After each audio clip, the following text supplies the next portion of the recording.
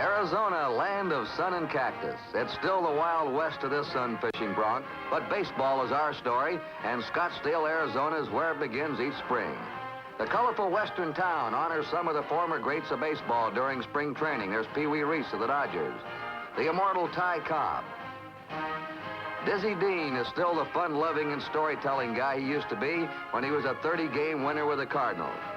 And here are two of the greatest players the game has ever known, Ty Cobb and Ted Williams.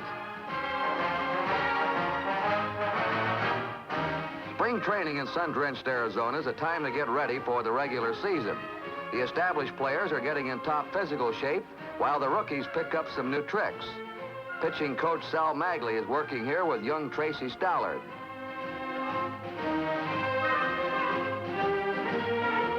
Snap that wrist for the curveball, and Sal Magley had one of the best. And there are young catchers Don Gigli on the left and Jim Paglaroni on the right, working on the inside skills behind the plate, learning how to block that low outside pitch.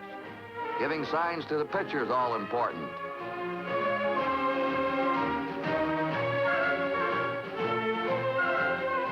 Ted Williams is imparting some batting hints to Lou Clinton and Carl Yastrzemski. Ted has always preached to be quick with the hands. They're the secret of snapping a bat around. Get good plate coverage, and then unlock that front hip and follow through. If anyone should know, it's Ted.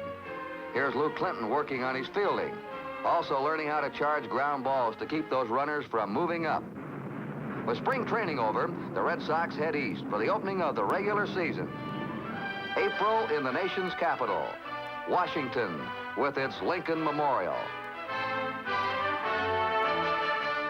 And President Eisenhower on hand to add luster to the always colorful and traditional opening date. There's Senator Saltonstall, the American League President Joe Cronin. And now Ike officially opens the 1960 baseball season.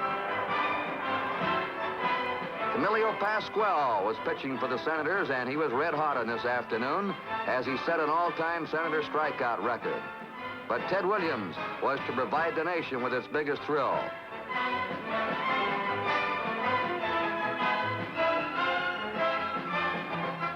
The crowd wanted to see Ted hit one. And he did, one of the longest blows of all time at Griffith Stadium. It's 438 feet to deep center. The ball left the park high above the center field wall. This was the first of the 1960 homers that started Ted toward his goal of becoming the fourth man to hit 500 homers in a career. And now we're homeward bound, and Boston is awaiting its opening game of the season. The fans have been anxious all winter long to see some of their favorites again, such as Ted Williams.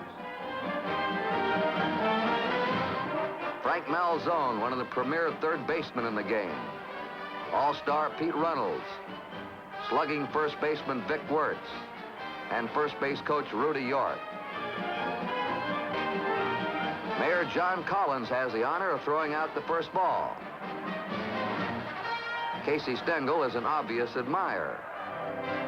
This opening game starts the parade of teams, stars, thrills, and rhubarbs that New England fans watch through the season. Now let's take a look now at some of the highlights. Tom Brewer pitching. Roger Maris drag bunting. Now, if you don't think that was close, watch it in slow motion.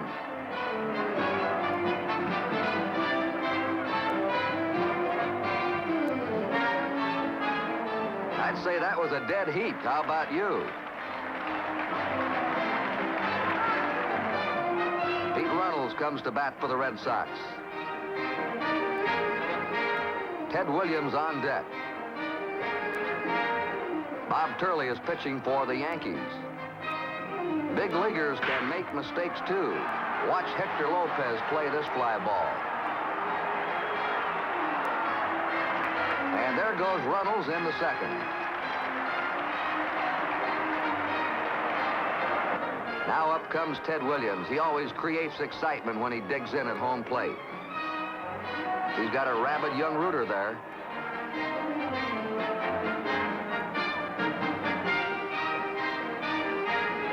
Bob Turley wants to be careful in this spot. Ted didn't use the left field wall too much in his career, but here's once when it did come in handy.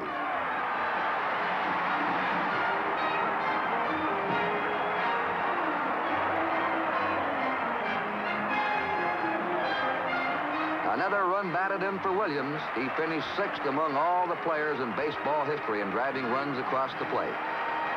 Let's take a look now at a more typical Williams hit. Watch him get his body behind that swing as he pulls the ball toward right field. He knows it's gone. Ted hit 521 home runs in his career, and 248 of them came at Fenway Park.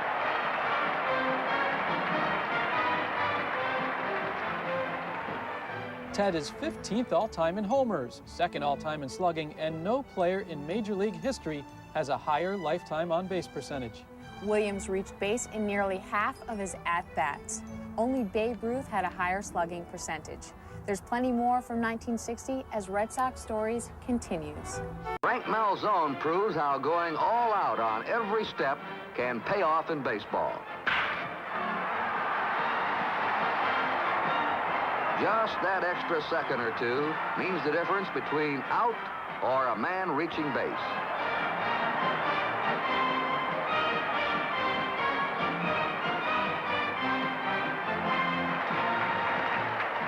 Now you be the umpire and call the next play. Is it fair or foul? The umpires do not have the advantage of slow motion, but here's your second chance.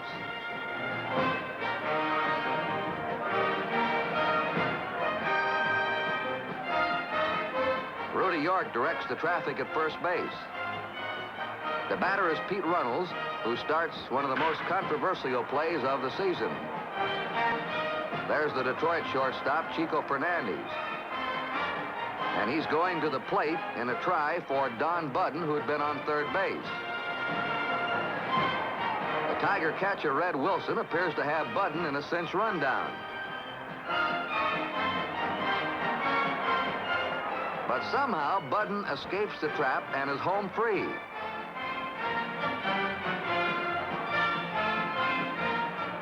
The Tigers are claiming that Budden ran out of the baseline and should be automatically out. Naturally, Mr. Wilson is not too happy about the results.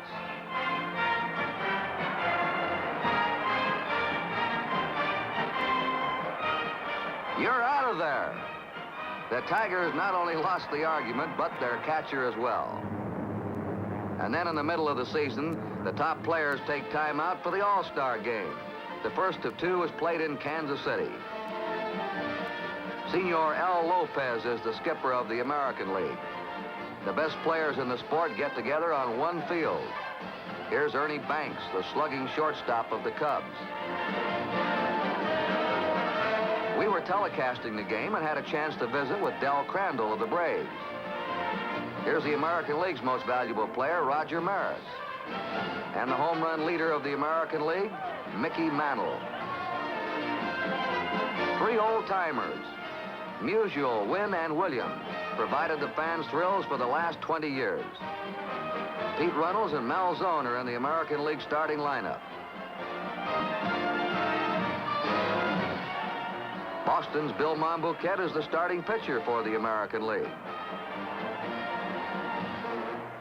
The American League held a 16-11 edge going into this 28th All-Star game.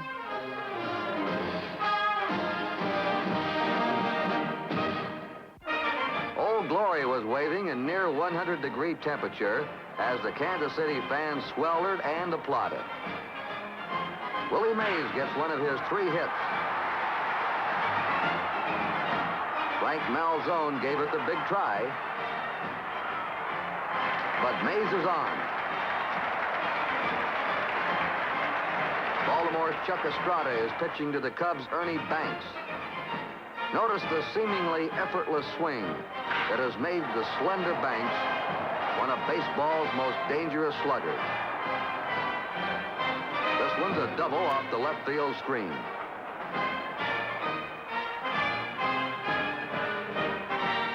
Bill Mazeroski, later to be a World Series hero, brings Banks home with a single.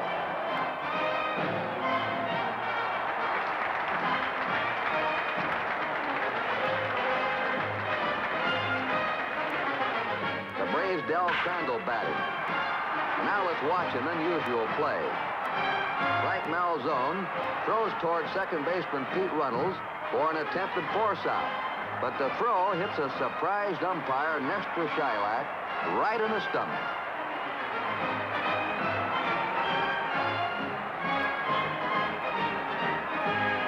In the 8th inning, Bob Buell's on the mound for the National League. He's pitching to Al Kaline, Detroit's fine young outfielder.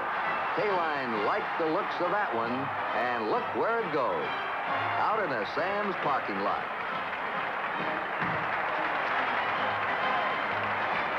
Kaline follows his former teammate Harvey Keene across the plate for the All-Star Game's final run. The National League was the winner, 5-3.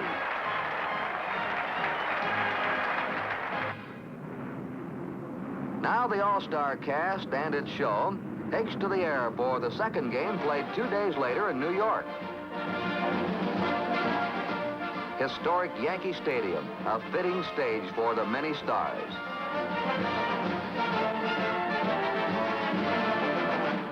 A courageous Roy Campanella, who was one of the brightest stars of his day with the Dodgers, talks baseball with Joe McKenney of the American League office. Here's a close-up look at Willie Mays, the outstanding player of the 2 games. And the Braves' veteran young slugger, Hank Aaron.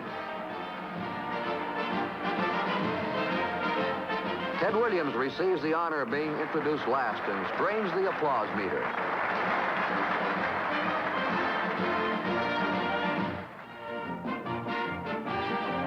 Now the game is underway, and the Yankees' Whitey Ford is pitching to Willie Mays, who wraps out one of the 6 hits he gathered in the 2 1960 All-Star games.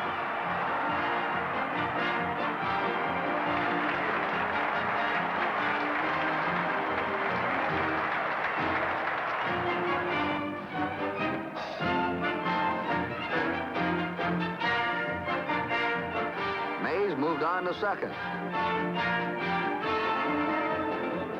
Say hey, says Willie. Safe, says umpire Hank Soar, as Mays steals third. But Willie runs into trouble when Joe Adcock strikes out. Berra pegs to Malzone. Back to Berra.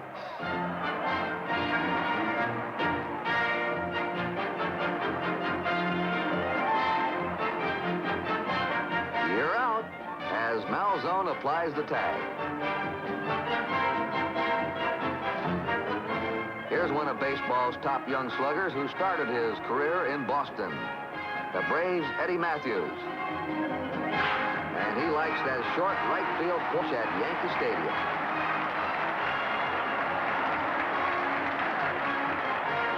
It's Matthews' second home run in All-Star competition.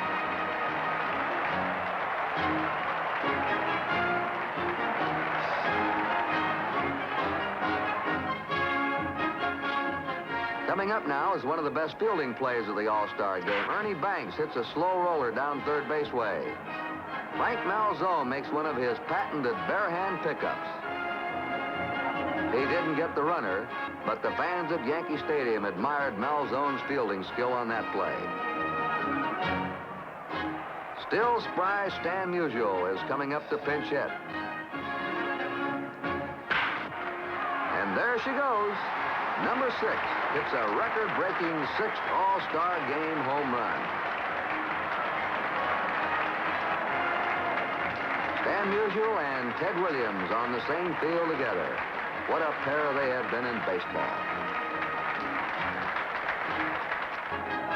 That's all for another year. In 1961, one of the 2 All-Star Games will be played in Fenway Park. Don't go away. A new manager steps in as Red Sox stories look back at 1960 continues. And now the players return to their respective pennant races for the second half of the season.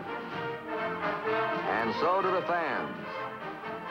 A manager returns too. Mike Higgins is back with the Red Sox.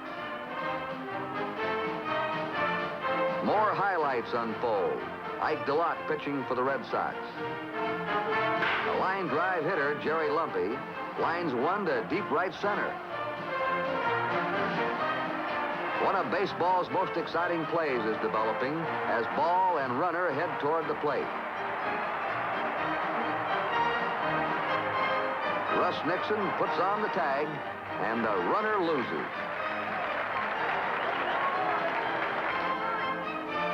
Russ Nixon, who did some good hitting in a Red Sox uniform, does some good running on this play.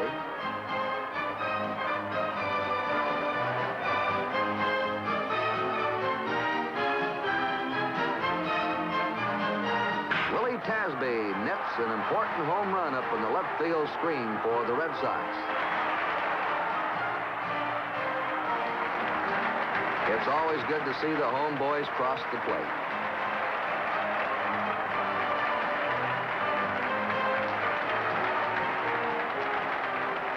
Throughout the season, the Red Sox have special and colorful days at Fenway Park as they salute their neighboring New England states. Favorite sight at Fenway is the bullpen brigade heading for its battle station. And here's the pitcher's eye view of the opposition. This is literally knocking a pitcher out of the box.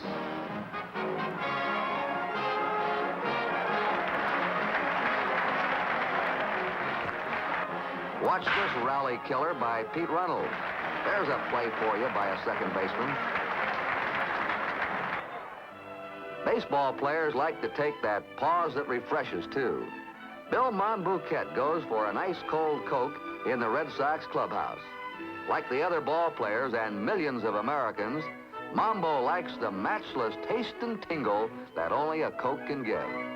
In just 2 years out of the minor leagues, the young man from Medford has developed into one of the best right-handers in the league.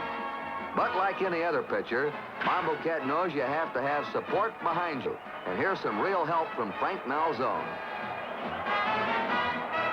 Watch Chicago Jim Landis knock Boston for a loop.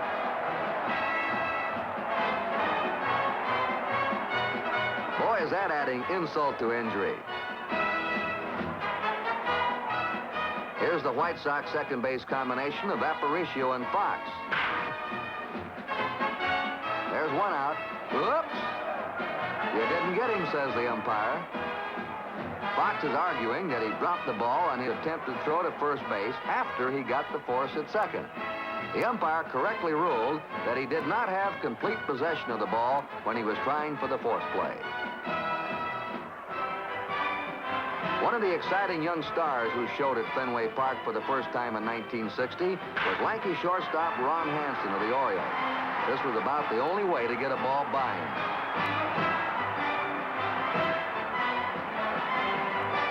Watch this beautiful slide by Hansen.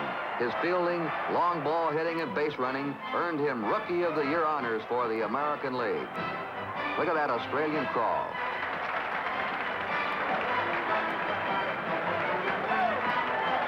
Young Gary Geiger was on his way to a top season until shelved with a lung ailment. Gary's completely recovered and is looking forward to stardom. We'll tell you how a lucky fan won the bat and the ball from Ted Williams' 500th homer. And Ted's Hall of Fame career comes to an end as Red Sox Stories continues. Fund and baseball have developed into a potent team for the fight against cancer. Ted Williams, in his last year of active baseball playing, worked all the harder to lead the drive in urging everyone to help the boys and girls sick with cancer. On a special Jimmy Fund Day in September 1960 at Fenway Park, thousands turned out, including Cardinal Richard Cushing, who's been one of the Jimmy Fund's strongest supporters. And so is big brother Bob Emery, who is helping a small fry draw the winning entry to see who would win the historic ball and bat that were involved in Williams' 500th home run. And then a few days later, another ceremony was held. Ted Williams said goodbye to the fans in his last home game as a player. Ted Williams has been a champion, a standout in his profession, an all-time great who got that way because he had unquenchable pride, burning pride that caused him to work harder to better himself all through his career. On his last time at bat of his career, he belted a mighty home run and then retired. It was fitting of the many dramatic moments he provided for better than 20 years in New England. And they remain standing here for the most part at Fenway Park as Williams hits probably for the last time in a Boston uniform in this ballpark. There's a drive to deep right center. This may be gone. Pratt way back there watching. Oh, good. Ted Williams.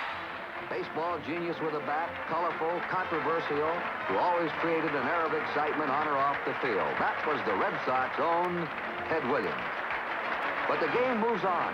Old stars fade and new ones arrive, carrying Red Sox hopes for the future, such stars as Mom Bouquet, outfielder Gary Geiger, American League batting champ Pete Runners,